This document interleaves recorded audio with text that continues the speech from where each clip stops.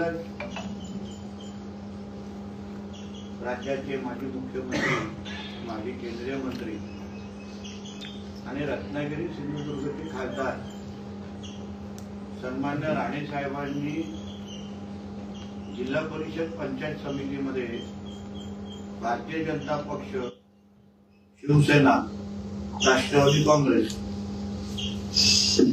यांची युती पहिली जाहीर केली. निवडणुकीचा फॉर्म्युला 31-19 असा आपल्या समोर जाहीर केलेला आहे. आणि मग त्यानंतर वृत्तवाहिनीवर आणि एकंदरीत बातम्यांमध्ये भारतीय जनता पक्षामध्ये मोठी बंडखोरी, राजीनामे अस्त्र, नाराजी नाट्य अशा बातम्या मला ऐकायला आणि बघायला मिळाल्या. मुळात आपल्याला एक विषय मी क्लिअर करतो की भारतीय जनता पक्षाचा कार्यकर्ता त्याच्यासाठी राष्ट्र प्रथम, पक्ष आणि मी या विचारावर चालणार आहे. त्याचबरोबर सन्मान्य राणे साहेबांच्या शब्द हा अंतिम असल्यामुळे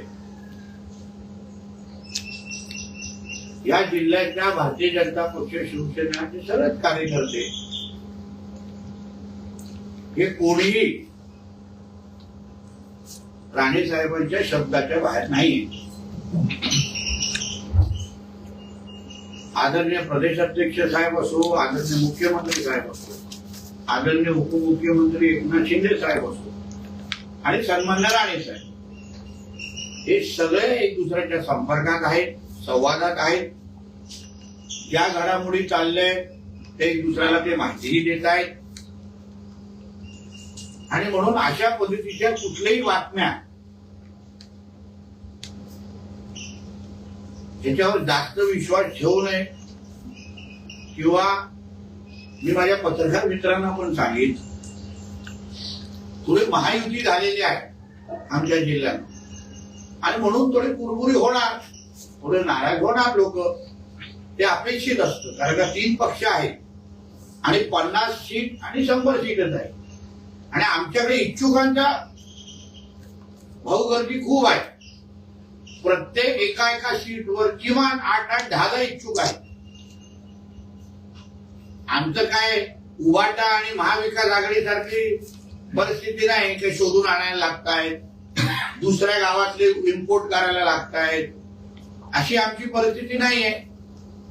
आमच्या संघटना भक्कम आहेत, कार्यकर्त्यांचा आमच्यावर विश्वास आहे. जिल्हा परिषद पंचायत समितीच्या निवडणुकीमध्ये उद्या महायुतीचीच सत्ता येणार आहे. हे काळ्या दगडावरची भगवी रेघ असल्यामुळे अशा पद्धतीचे कुठे ना कुठेतरी कोणाची मन दुखवणं, कोण नाराज होणं हे अपेक्षित आहे. आणि म्हणून कालपासून मी स्वतः, आमचे जिल्हाध्यक्ष प्रभाकर सावंत साहेब असतील, जिल्हा प्रमुख दत्ता सावंत साहेब असतील, तिथे दीपक केसरकर साहेब असतील, तिथे निलेश राणे साहेब असतील, आम्ही सगळे कार्यकर्त्यांच्या संपर्कात आहोत, इच्छुकांच्या संपर्कात आहोत. मला विश्वास आहे येणाऱ्या काही दिवसामध्ये प्रत्येकाला समाधान करण्याची पूर्ण तयारी आणि क्षमता आणि ताकद ही महायुतीमध्ये आहे. आम्ही सत्ताधारी आहोत. राज्यात आणि केंद्रात ही महायुतीची सत्ता आहे, एनडीएची सत्ता आहे. सत्तेतली सगळी पदं म्हणजे इथे झेडपी आणि पंचायत समितीची तिकीट सोडल्यानंतर आमच्याकडे समित्या आहेत, जिल्हा नियोजन आहे, डोंगरे विकास, डोंगरीची समिती आहे, असंख्य समित्या आहेत जिथे कार्यकर्त्यांना संधी मिळू शकते. त्याचबरोबर स्वीकृत पदांची पण संधी ह्यावेळी आहे. 5-5 स्वीकृत सदस्य जिल्हा परिषद मध्ये जाऊ शकतात आणि पंचायत समितीमध्ये जाऊ शकतात. म्हणजे कोणीही वंचित राहणार नाही. कोणीही वंचित राहणार नाही। एका मतदारसंघामध्ये अगर 2 कार्यकर्ते असतील आणि एकाचं नाव निवडलं तर दुसऱ्याला ताकद कशी द्यायची, नावापुढे पद कसं लावायचं याची पूर्ण तयारी आमच्याकडे आहे। पालकमंत्री म्हणून सगळे अधिकार माझ्याकडे आहे, निधी पाहिजे तेवढी ती देऊ शकतो।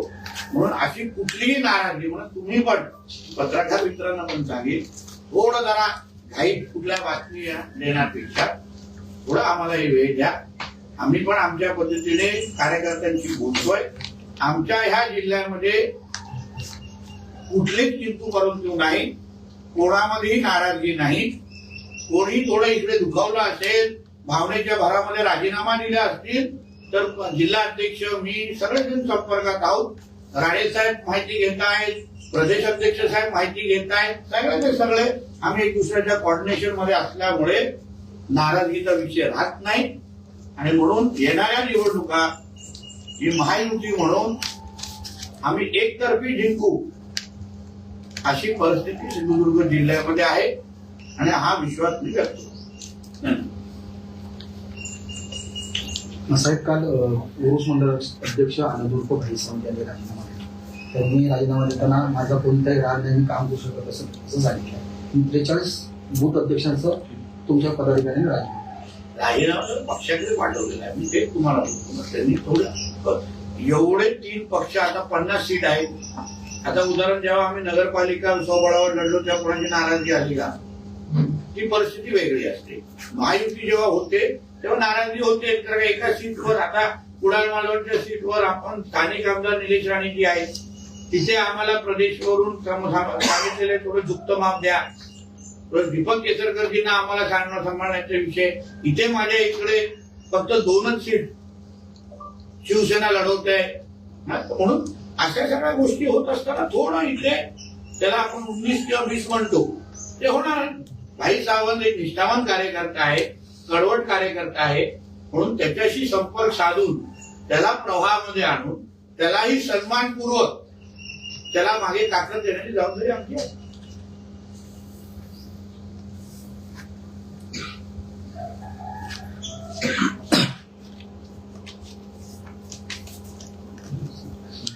साहेब, काही ठिकाणी ज्या जिल्हा परिषद गट आहेत त्या जिल्हा परिषद गटाच्या व्यतिरिक्त बाहेरून उमेदवार देण्यासाठी विरोध केला गेला अशी पण माहिती एक समोर येते की जेणेकरून स्थानिक तिथल्या मतदारसंघातल्या उमेदवारांना प्राधान्य द्या अशी मागणी तुमच्यापर्यंत आली आहे किंवा त्या संदर्भात कार्यकर्त्यांमध्ये मागणी होते, तर त्या संदर्भात काय भूमिका? दोन्ही बाजू आहे। काही मतदारसंघ आहेत जिथून दुसऱ्या मतदारसंघातून आलेल्या उमेदवारांचं स्वागतही होत आहे आणि दुसरा आहे काही स्थानिक द्या अशी ही मागणी आहे। शेवटी मतदारसंघ आणि प्रत्येक गावाची आणि मतदारसंघाची परिस्थिती वेगळी आहे। प्रत्येकाला असं वाटतं की माझ्या भागातला उमेदवार असला पाहिजे, तशी मागणी ते पक्षाकडे करतायत। पण ही निवडणूक ही सन्मान्य राणे साहेबांच्या नेतृत्वाखाली आम्ही लढतोय। गेली 25 वर्ष जिल्हा परिषद ही राणे साहेबांच्या नेतृत्वात काम करते आणि म्हणून मला विश्वास आहे राणे साहेब जेव्हा निर्णय घेतील प्रत्येकाला तो मान्य असेल।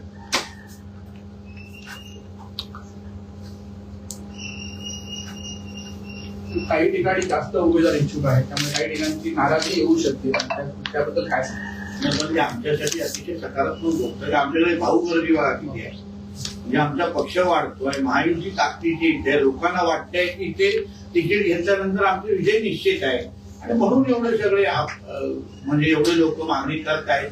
प्रत्येकाची आज मी जिल्ह्यामध्ये डोकून काय प्रत्येकाला भेटतोय, प्रत्येकाचं ऐकून घेतोय, कोणालाही नाराज करत नाही, कोणालाही असं वाटत नाही की आमच्या पक्षाने ऐकलं नाही। जिल्ह्याचा पालकमंत्री म्हणून पक्षाचा एक नेता म्हणून मी इथे बसून आहे, महायुतीचा नेता म्हणून प्रत्येक काल प्रत्येक दिवस लोक येत आहेत, व्यक्त होत आहेत, भावना व्यक्त करतायत। म्हणून मला विश्वास आहे की नाराजगी आहे की तुम्हाला हळूहळू दूर होता दिसणार। सर, राष्ट्रवादी संदर्भात काही निर्णय होतोय, तो चर्चा सुरू आहे, कसं ऍडजस्ट करायचं, कुठे ऍडजस्ट करायचं की आम्ही आता परत एकदा संध्याकाळी अंतिम आम्ही सगळेजण पदाधिकारी बसणार आहोत, मग राणे साहेबांची बोलून सगळ्या गोष्टी निश्चित होतो। ज्या उमेदवारांना म्हणजे देणार नाही तिकीट किंवा मिळणार नाही त्या उमेदवारी बंडखोरी जर केली तर त्या संदर्भात काय? म्हणून तुम्हाला सांगतो ना, आज शेवटी सत्तेला 4 वर्ष अजून आहे, 29 7 तारखेनंतर मी पालकमंत्री असणार. मग प्रत्येकाला ताकद दिलेली आहे. कोणीही मनामध्ये किरकोळ प्रवृत्ती करू नये. आम्ही विरोधी पक्षामध्ये असतो तर देण्याची लिमिटेशन घालतात. आता आमच्याकडे समित्या आहेत. कोणाला जिल्हा नियोजनला पाठवू, कोणाला डोंगरी विकासमध्ये पाठवू, कोणाला अन्य कुठल्या तरी आरोग्याच्या समिती घेऊ, त्याचबरोबर कोणाला स्वीकृत करू शकतो, कोणाला आम्ही दुसऱ्या पद्धतीने MMBच्या कमिटीमध्ये घेऊ शकतो, महाराष्ट्र मॅरिटाईम बोर्डमध्ये, कोणाला फिशरी मत्स्य व्यवसायाच्या कमिटीमध्ये. पद 100 आहेत. ही काही दुसरी जिल्हा परिषद पंचायत समिती सीमित नाही आहे. आणि म्हणून जे महामंडळ आहेत, जे समित्या आहेत, जे स्वीकृत आहेत, हा जी निधी पाहिजे तेवढे सगळं भेटतील. म्हणून जे नाराज होतील ज्यांना आम्ही तिकीट देऊ शकणार नाही त्यांना खाली हात ठेवणार नाही. एवढं आपल्या माध्यमातून मी ते आम्हाला निश्चित पद्धतीने ऐकत असतील त्यांना सांग. कणकवली मतदारसंघामध्ये शिवसेनेला 2 जागा दिल्या जात आहेत जिल्हा परिषदच्या, तर त्या कुठल्या मतदारसंघात नेमक्या दिल्या ते जातात? आता नक्की होत आहे. फायनल हळूहळू कुठे द्यायची, देवगडमध्ये द्यायची का, या कणकवलीमध्ये द्यायची का, वैभववाडीमध्ये काय पर्याय आहे ते करण्यासाठी आज आम्हाला संध्याकाळपर्यंत जरा आपण वेळ द्यावा.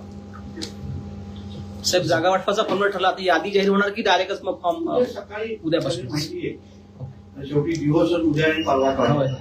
तर उद्या सकाळपर्यंत सगळं निश्चित होईल. बरं. म्हणजे जाहीरच होईल. बरोबर. म्हणजे पहिले आज रात्री निश्चित होणार, हा, हा. उद्या जाहीर होईल. जाहीर. सकाळी.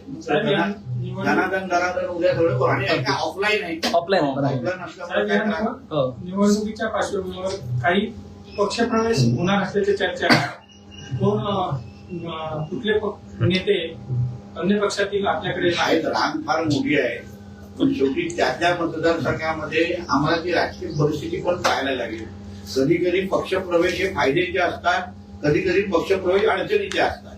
म्हणजे फायद्याचे आहेत ते करून घ्यायचे असतात, अडचणीचे म्हणजे पक्षप्रवेश करून अगर आमची पक्ष संघटना तिथे डिस्टर्ब होत असेल तर ते थोडं आम्हाला थांबायला लागेल. मग ते सगळे निर्णय आम्ही येणाऱ्या काळात घेतो. साहेब, मुंबईच्या महापौर पदावरून उद्धव ठाकरे आणि फडणवीस यांची चर्चा समजत आहे आणि ठाकरे पाठीशी राहायला समजत. मला पुरावा तुम्ही द्या.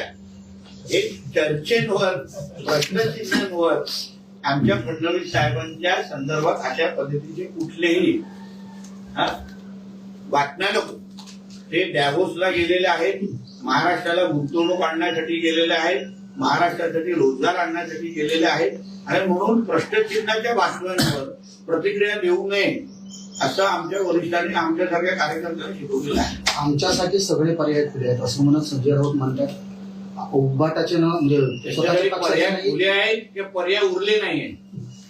उभाटाचे नव्हे, काँग्रेसचे नव्हे, तर भाजपने शिंदे शिवसेनेच्याच नगरसेवक फुटतील असं वाटतं. असं आहे ना की संजय राजाराम राऊतकडे आणि त्याच्या नेते मंडळीकडे, त्याच्या मालकाकडे आता काय पर्याय राहिला आहे? नाक घासून येण्यापेक्षा त्यांना नाकच घासायला लागणार.